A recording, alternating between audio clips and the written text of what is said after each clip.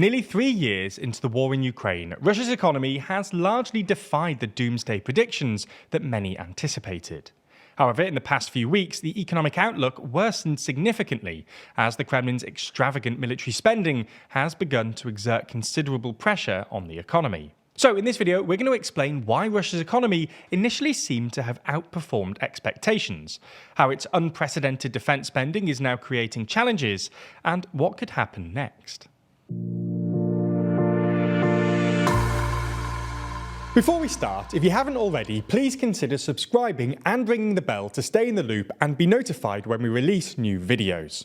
So the first thing to say here is that no one knows precisely how the Russian economy is performing because the Russian authorities stopped publishing much of their economic data after the war in Ukraine kicked off. And while the Kremlin has resumed publishing some data, this often excludes unflattering figures. Nonetheless, the fact that estimates by financial institutions like the IMF and the World Bank generally accord with Rosstat, the Russian government's statistical agency, suggests that, at least when it comes to the big macro numbers, Russia's internal data is broadly accurate. So let's have a look at how and why Russia's economy has outperformed expectations. According to the Russian central bank, whilst Russia's GDP declined by 1.2% in 2022, it returned to growth in 2023, and GDP grew by 3.6%. This June, the World Bank reported that having already overtaken Germany, Russia has now also overtaken Japan to become the fourth largest economy in the world, after China, the US, and India, measured according to purchasing power parity. Moreover, in July, the World Bank upgraded Russia from being an upper middle income to a high income country, placing it in the company of the G7 group of leading industrialized economies. Now, a lot of this growth has been driven by extensive military spending, which the country was able to do mainly because it had a lot of fiscal space before the war began. This is because the Russian state really wasn't spending or borrowing very much money before the war, so it could easily increase spending to fund the war. Additionally, Russia is reaping substantial profits from oil, thanks both to the relatively lax enforcement of Western energy sanctions and the general rise in energy prices post-Ukraine.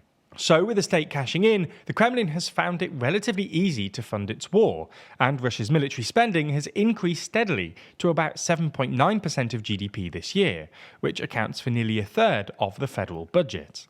However, in recent weeks, Rosstat, along with Russian business leaders and economists, have warned against this unprecedented military spending, citing two reasons. Firstly, while military spending counts towards GDP, it's not good GDP per se, because, well, you're just building tanks only for them to get blown up. Additionally, contracting soldiers to fight in Ukraine, many of whom will be killed, isn't really a good long-term investment for the economy. Secondly, and more importantly though, this massive increase in government spending is beginning to seriously strain the rest of the economy, exacerbating inflation and overheating certain sectors. For context, inflation, which has been gradually increasing, is now expected to peak at 8.5% this year. Now, when sanctions were first imposed at the start of the war, many analysts believed the subsequent drop in the rouble and increased cost of imports would push inflation to unprecedented highs. But despite a brief spike immediately after the war, when inflation reached 17.8% in April 2022, a combination of an appreciation in the ruble and sharp interest rate hikes meant that inflation fell relatively quickly. But despite having bottomed out at 2.3% last year, inflation has started rising again, and is currently more than double the central bank's 4% target. Western economists have even highlighted that the country's real inflation, which is inflation adjusted for purchasing power, is even higher at 27%.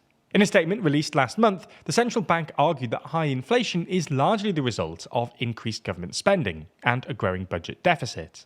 The bank added that further monetary tightening is needed, and as a result, the bank decided to hike interest rates again this October to a record level of 21%. This surpassed the emergency rate level introduced back in February 2022, and marks the highest rate seen since 2003. Unsurprisingly, these hikes have had a seriously detrimental impact on business, who have seen their borrowing costs soar. In a rare show of public dissent, at an address to Russian senators this October, the CEO of defense conglomerate Rostec expressed concern that record interest rates were eating up profits. He also warned that these high borrowing costs could ultimately lead to widespread bankruptcy rates, which have already surged by 20% this year. High interest rates have also had a negative effect on the Russian stock market, which had dropped by 25% by the end of August. And the general uncertainty about the state of the Russian economy has hurt the rouble, which has plunged to new lows this October. This is pretty remarkable, given that you would expect the rouble to appreciate when interest rates go up, thanks to the increased attractiveness of saving.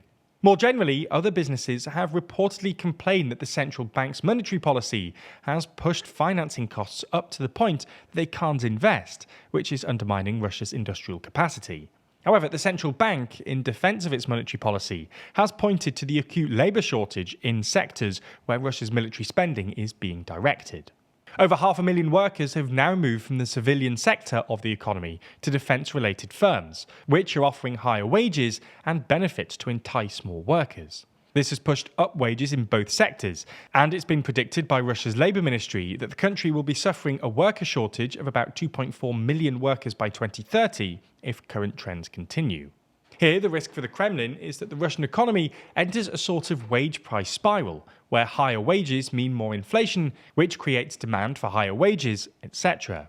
There's already evidence that the Russian economy is nearing that point. Not only is inflation running very high, but the unemployment rate has also reached a record low of 2.4%. While low employment sounds good, 2.4% is actually too low, and a symptom of significant labour shortages. Labour shortages have already shown up in specific sectors like construction, which have seen a sharp reduction in economic activity, and are the fundamental cause of the rapid and ever-increasing wage growth Russia has seen over the past few years. Furthermore, according to Russia's central bank and multiple international bodies, Russia's economic growth is expected to slow down significantly next year.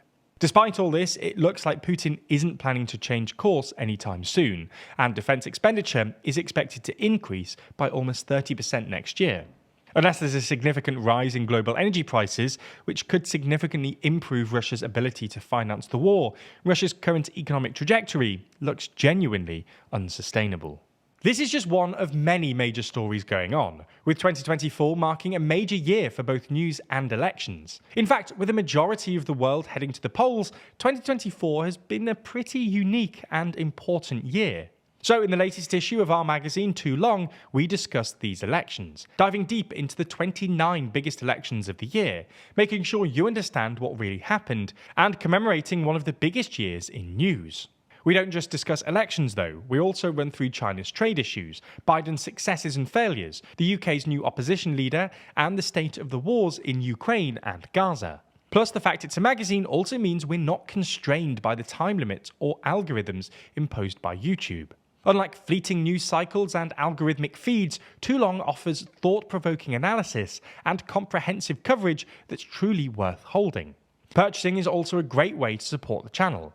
Running TLDR this year has cost just under £800,000. So if you've enjoyed our coverage in 2024, then picking up a copy of Too Long doesn't just get you high-quality reporting, it also allows you to invest in independent journalism and join us in shaping the future of news. If you're convinced, you have 3 more decisions to make. First, do you want a physical or digital copy? The physical is a high-quality 60-page perfect-bound magazine shipped right to your door. The digital is slightly cheaper, especially if shipping is a concern. Your second choice is the standard or premium edition. The standard is just a copy of the magazine, while premium also gets you access to our monthly behind-the-scenes podcast, The Bullpen, where we break down all of the production of Too Long and TLDR more generally, and you'll get your name printed in the thank you section of the magazine. Finally, do you want to subscribe? If you do, you'll get a copy of Too Long every 4 months, meaning you'll never miss an issue. Plus, you'll also get 25% off every copy as long as you stay subscribed. If you can, subscribing also gives us a reliable income stream, which is super useful for us. Regardless of which option you choose, you can buy a copy right now at toolong.news or click the link in the description. Thanks for your support, and thanks for backing Too Long.